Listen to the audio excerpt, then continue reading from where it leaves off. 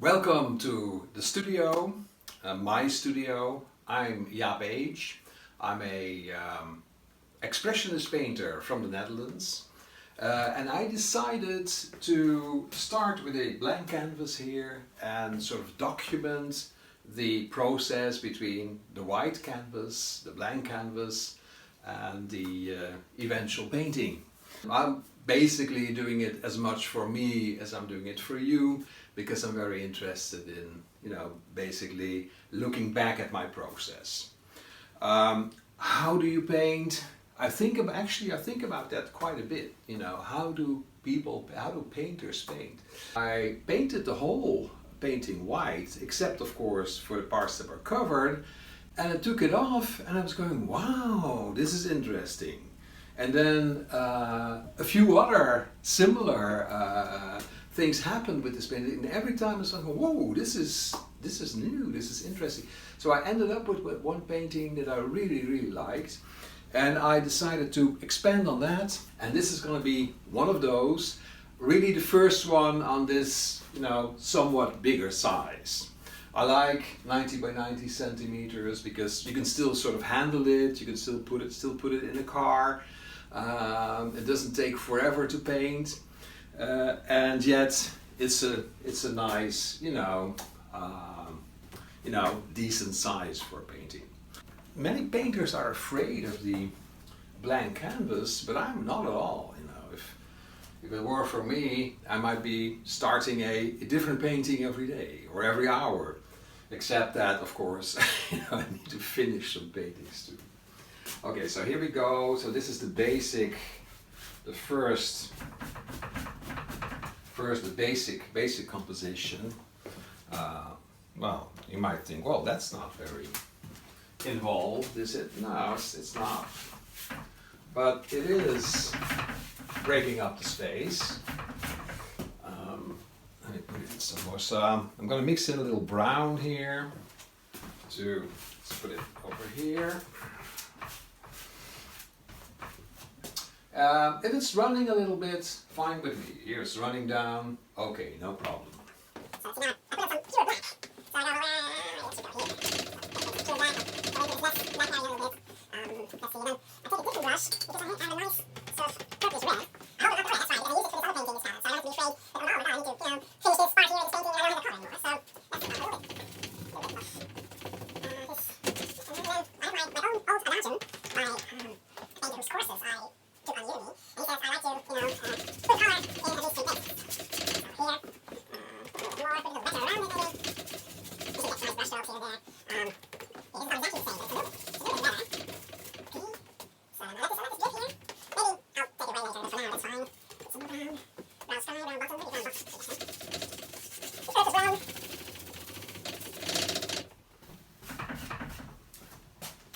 Okay, well, I really like sort of this stuff here, and now I think we need a different color, or I want a different color here.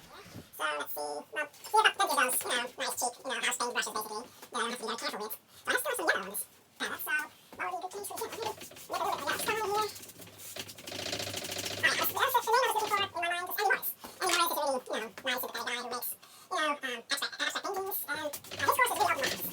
open minded. I know what I'm doing right now, I would never even dreamt of doing that before, but maybe you guys think, oh yeah, that was fine. Never mind. So, okay, well, I know Andy Morris, and his course I'm doing, these courses, these usually cost next to nothing. I have to say that the quality of, many of them do match that price, so they're worth next to nothing. But that's not Andy, and Andy just great indie courses that I can, really recommend to anybody. So what did I get here? So that is, of course, somewhat of a problem, when you're sort of not being very careful with your palette here, that, you do get some of that, what they call muddy. But this is already drying a little bit. So normally what I would do is just fill the whole canvas here. So, make my brush a little wetter. So. It's always, the idea with, abstract painting, that people say, well, anybody can do that. And actually, I think they're pretty much right. This was this punk band in the 80s, I think, 90s. So, well, listen, you guys, anybody can do what you guys can do. I said, yeah, well, but nobody else does. They only know that it's still true today, though. So many people are painting, but, in a birthday party, and, painting,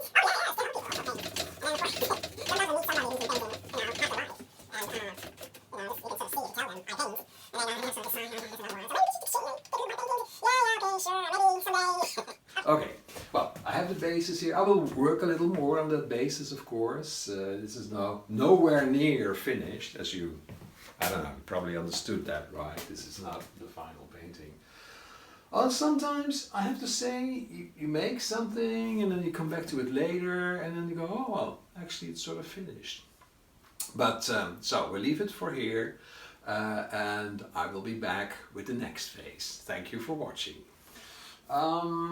I thought these blue areas were too solid, so I dampened them down a little bit. They became sort of whitish. They still have the blue rims, so I really like that. And then I thought in this upward lifting here, and I could put another blue area. Then I found that too blue, so I put in some purple, some pink actually, I should say. I turned around, I think originally, what was it like originally? I think originally, yeah, I think you can still see it from the drips, right? It was, I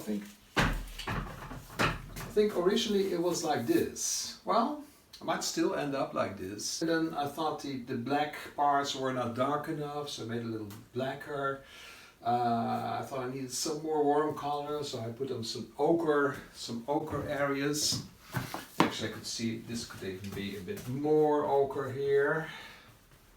Right, there's still a lot of paint there, so I can use that. This is pretty nice in terms of ochre. I don't know, there's this line that's a big massive, right? So I think I'm gonna, sort of disrupt this line a little bit. But for that, I have to make it and let it dry for a while. So I'll continue working on this. I will, stick to my plan. So let this dry, do some more work on it, then let it dry again, then put on my stencils, my schabloons, repaint the whole thing white. But the interesting thing you will see is that through the white, you can still, later on, you can still see all this. Because there's some really interesting, really for instance like this part, if you cut out this, great painting. I really like some, well this part's not too bad either, right? So it's like, I really love this part here. So I will keep all these parts, but they will transform into a different form. So I have this little roller, paint roller left from a different project, and I decided to put in some more white here because, like I said, I want to break up that black a little bit. This is gesso, so it doesn't really cover completely.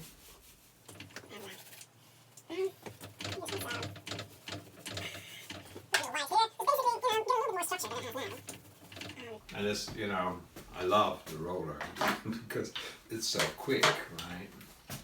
Well, maybe it's not a good criterion, but I do love it for that.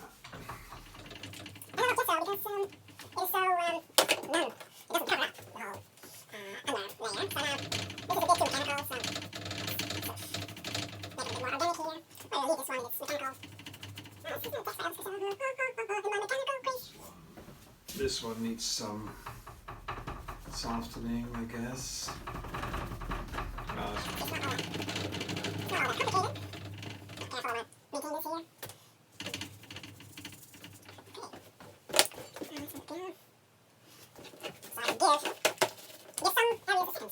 gesso to make them even a little whiter. Especially this one here. Do a couple of gesso layers. Actually,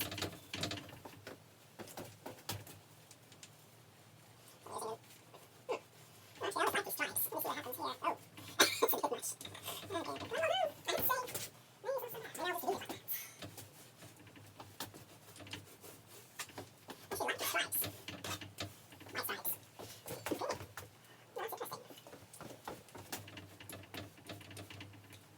That's best. I just love these paper ones, I don't know why. I love the little stripes the side make. That's why I think that's why I always have this little one and not the big ones, because the little ones make better stripes.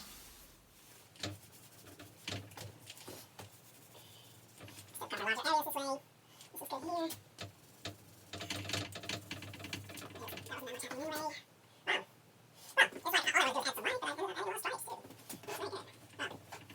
So here was another phase in my new body of work.